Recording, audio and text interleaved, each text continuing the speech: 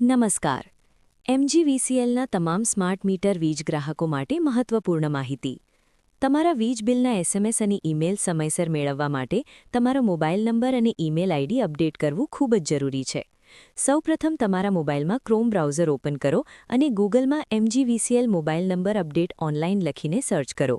ત્યારબાદ એમજીવીસીએલની અધિકૃત વેબસાઇટની mobile and email ID update link ખોલો. હવે એન્ટર યોર કન્ઝ્યુમર નંબરમાં તમારા લાઇટ બિલમાં આપેલ 11 આંકડાનો ગ્રાહક નંબર દાખલ કરો.